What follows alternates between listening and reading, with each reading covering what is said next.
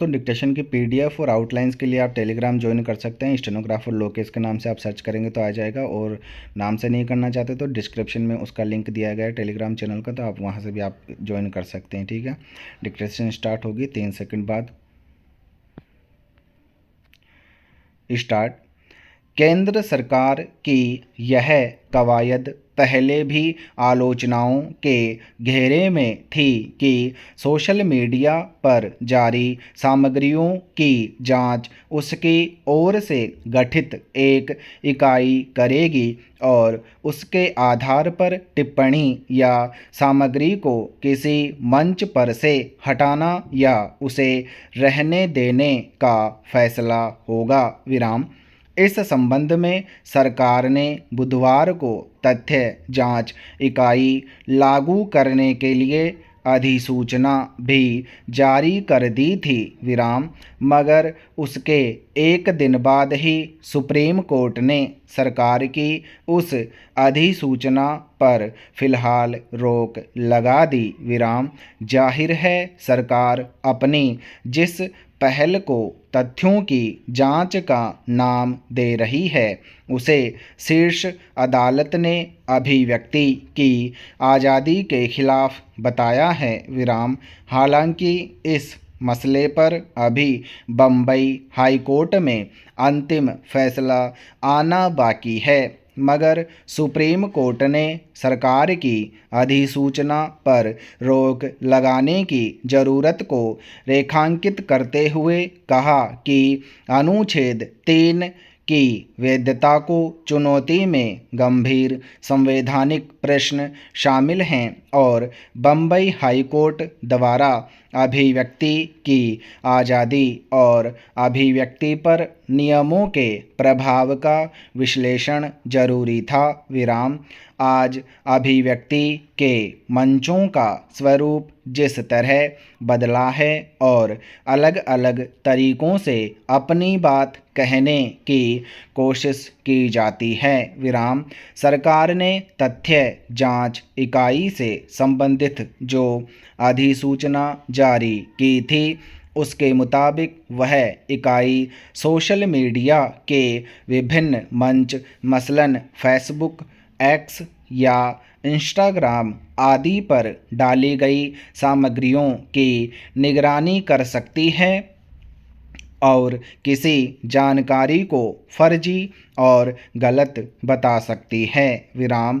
अगर वह तथ्य जांच इकाई किसी सामग्री पर आपत्ति जताती है तो सोशल मीडिया के संबंधित मंच को न सिर्फ उसे हटाना होगा बल्कि उसके इंटरनेट पते यानी URL को भी प्रतिबंधित करना होगा। विराम।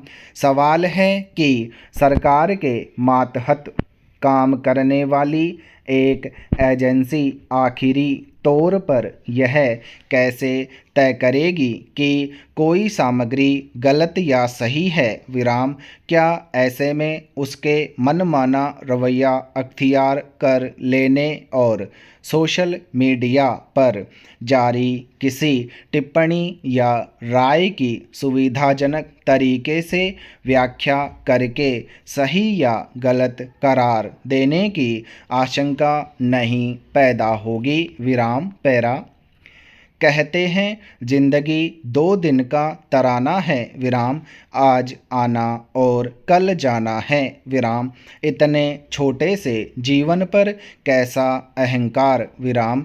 हमें नहीं पता कि जन्म से पूर्व हम क्या थे और मरने के बाद कहाँ जाएंगे। विराम।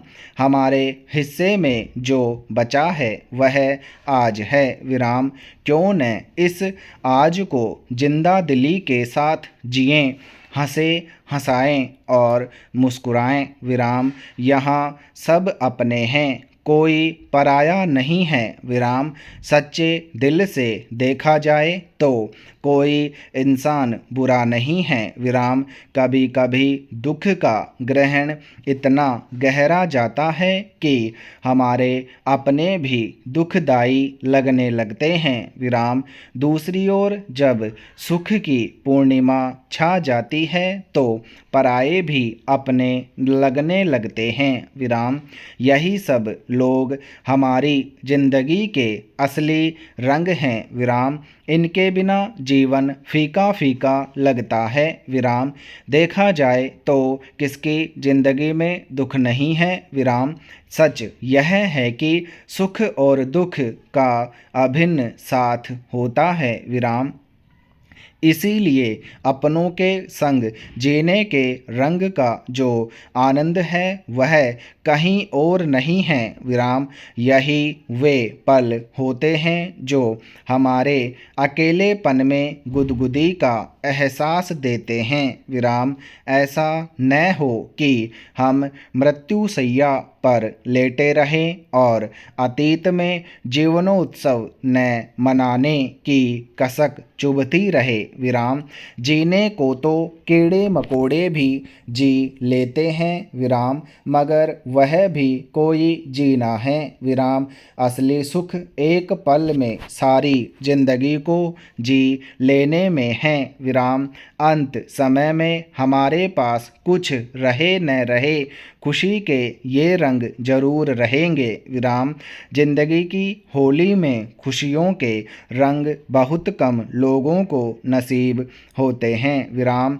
इंद्रधनुषी रंगों से भरे पल हमारी जिंदगी के खूबसूरती बढ़ाने के साथ साथ हम में नई ऊर्जा भरते हैं विराम।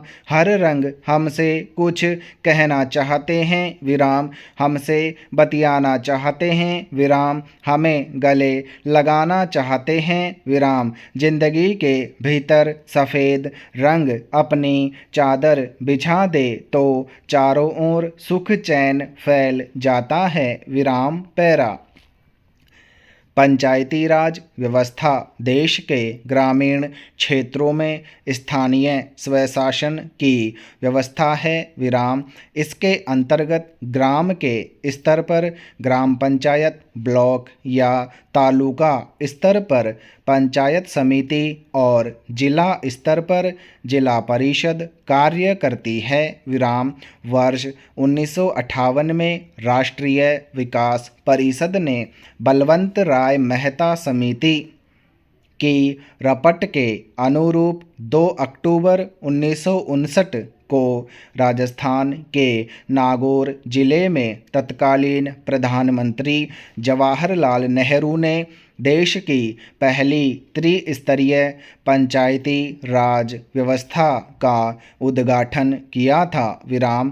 पंचायती राज संस्थाएं स्थानीय सरकार के रूप में गांव के विशेष क्षेत्रों जैसे स्वास्थ्य, महिला विकास, बच्चों की प्राथमिक शिक्षा, बाल विकास, स्थानीय सरकार में महिलाओं की भागीदारी, कृषि विकास और रोजगार के अवसर सृजित करने आदि से जुड़ी क्रियाओं के संचालन में महत्वपूर्ण भूमिका निभाती हैं। पैरा। रोकने के तमाम प्रयासों के बावजूद पॉलीथीन का इस्तेमाल धरती सहित पूरी मानवता के लिए नुकसानदेह साबित हो रहा है विराम। कानूनी प्रतिबंध एवं दुष्प्रभाव से परिचित होने के बावजूद आम जनता इसका उपयोग छोड़ने के लिए तैयार नहीं है विराम। सस्ती और सुविधाजनक होने की वजह से यह सबके लिए सुविधाजनक लगता है, मगर इसके खतरे जगजाहिर हैं विराम। पॉलीथीन सैकड़ों वर्षों तक नष्ट नहीं होता है विराम।